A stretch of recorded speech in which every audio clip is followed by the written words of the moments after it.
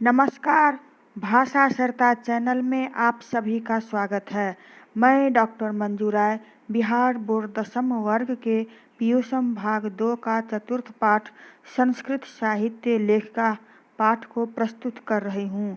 इस चैनल को सब्सक्राइब और शेयर करें। इस पाठ में संस्कृत भाषा की लेखिकाओं के बारे में बताया गया है।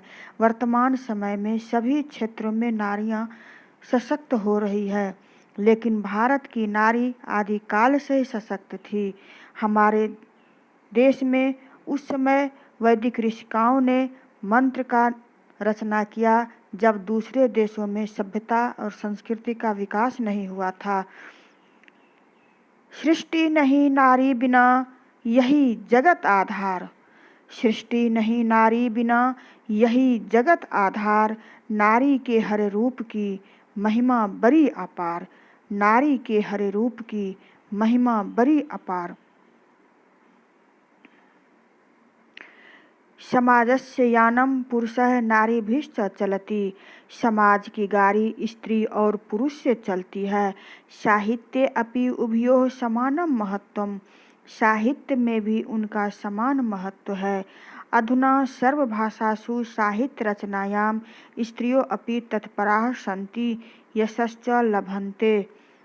आधुनिक समय में सभी भाषाओं में रचना करने में स्त्रियां भी तत्पर रहती हैं और कीर्ति स्थापित करती हैं। संस्कृत साहित्ये प्राचीन कालात् एव साहित्य समृद्धौ योगदानम न्यूनाधिकम प्राप्यते। संस्कृत साहित्य के विकास में प्राचीन काल से ही उनका योगदान कम अधिक रहा है। पाठे अस्मिन् अति प्रसिद्धानां लेखकानाम् एव चर्चा वर्तते, येन साहित्यनिधि पूर्णे तासां योगदानं जायते। इस पाठ में प्रसिद्ध लेखिकाओं की ही चर्चा है, जिन्होंने साहित्य निधि को पूरा करने में उनके योगदान की जानकारी दी गई है। विपुलं संस्कृत साहित्यम विभिन्न कविभिः शास्त्रकारैश्च संवर्धितम्। विशाल संस्कृत साहित्य को विभिन्न कवियों और शास्त्रकारों के द्वारा संवर्धन किया गया है। वैदिक कालादारभ्य शास्त्राणां काव्यानां च रचने संरक्षणे च यथा पुरुषाः दत्तचित्ताः अभवन्, तथैव स्त्रियो अपि दत्तावधानाः प्राप्यन्ते। प्राचीन काल के आरंभ में शास्त्रों और काव्य की रचना संरक्षण करने में जिस तरह से पुरुषों ने ध्यान दिया, उसी तरह से स्त्रियों ने भी ध्यान दिया है। वैदिक मंत्राणां दर्शका न केवलाः ऋषयः प्रत्युत ऋषिका अपि सन्ति। वैदिक युग में मंत्रों के दर्शक न केवल ऋषि थे, अपितु ऋषिका भी थी।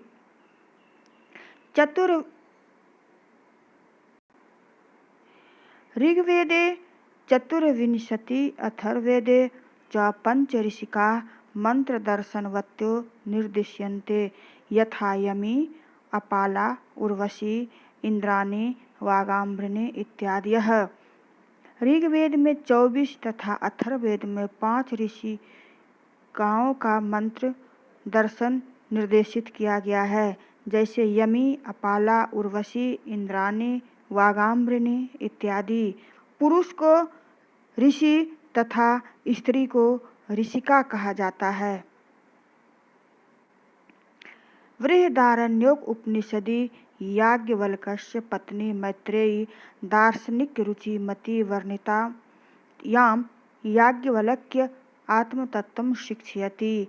बृहदारण्यक उपनिषद में याज्ञवल्क्य की पत्नी मैत्रेयी का रुचि दार्शनिक में था, अर्थात दर्शन शास्त्र में था, का वर्णन है, जिससे याज्ञवल्क्य ने आत्मतत्व की शिक्षा दी है।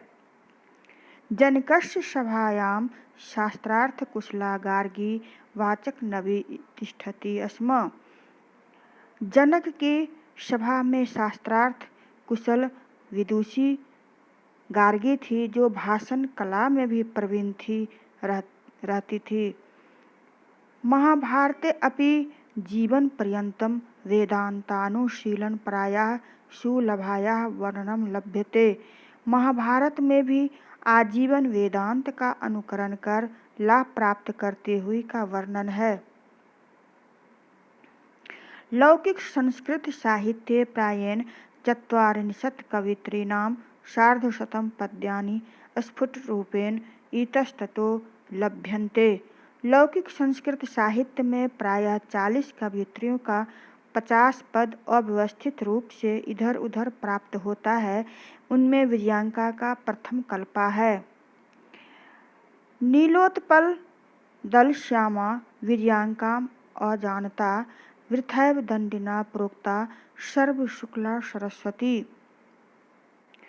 नीले रंग वाली श्यामा को विजयांका से सभी जानते हैं। दंडी ने व्यर्थ में ही कह दिया कि सबसे श्वेत सरस्वती है।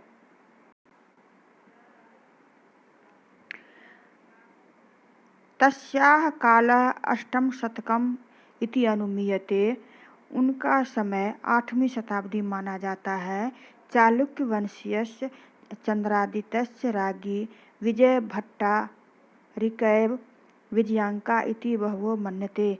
चालुक्य वंश के चंद्रादित्य की रानी विजयभट्टारिक ही विजयांका थी, ऐसा बहुत लोग मानते हैं। किंच शीला भट्टारिका, देवकुमारिका, रामभद्राम्बा प्रभृत्यो दक्षिण भारतीयाः संस्कृत लेखका स्वस्फुट पद्य प्रसिद्धा। कहीं पर शीला भट्टारिका, देवी कुमारिका, रामभद्राम्बा हुई, जिन्होंने दक्षिण भारतीय संस्कृत लेखका में अपने स्फुट पद से प्रसिद्ध हैं। विजयनगर राजस्य नरेशा संस्कृत भाषा संरक्षणाय कृत प्रयासा आसन इति विदितमेव।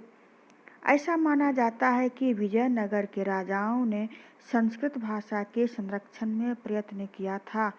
तेषाम् अंतःपुरे अपि संस्कृत रचना कुशला राज्ञो अभवन्। उनके रनिवास में संस्कृत में रचना करने वाली कुशल रानियां थीं।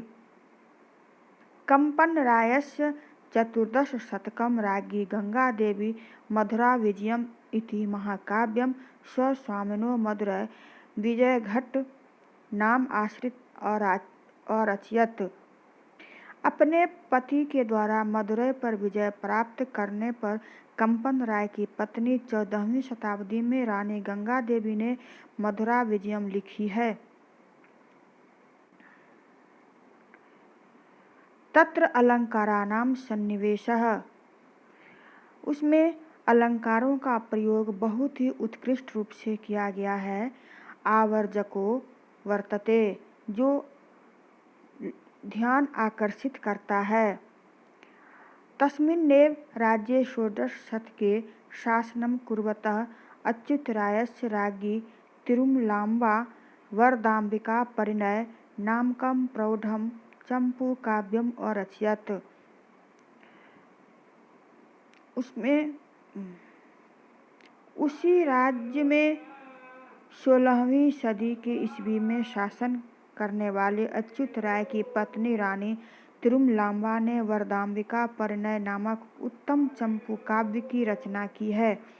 चंपू काव्य जिसमें गद्य और पद्य दोनों रहते हैं, उसे कहा जाता है। उसमें तत्र संस्कृत गद्यस्य छटा समस्त पदावल्या ललित पद विन्यासेन चा अतीव शोभते। उसमें संस्कृत गद्य की छटा समस्त पदावली और ललित पद विन्यास के कारण अत्यधिक सुंदर लगता है।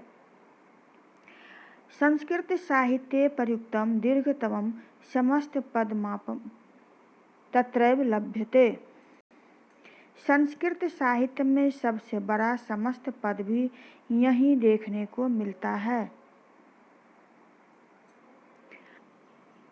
आधुनिक काले संस्कृत लेखकासु पंडिता क्षमाराव 1890 उत्तर ईस्वीतः 1953 ईस्वी पर्यन्तं नामधेया विदुषी अतीव प्रसिद्धा।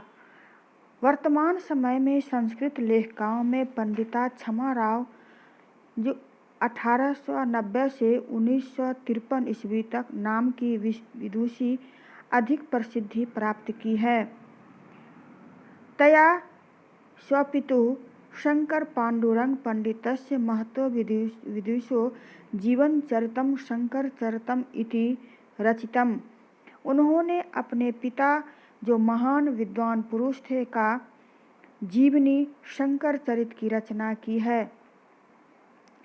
गांधी दर्शन प्रभाविता सा सत्याग्रह गीता, मीरा लहरी, कथा मुक्तावली, विचित्र परिषद यात्रा, ग्राम ज्योति इत्यादीन अनेकान गद्य पद्य ग्रंथान प्रणीतवती।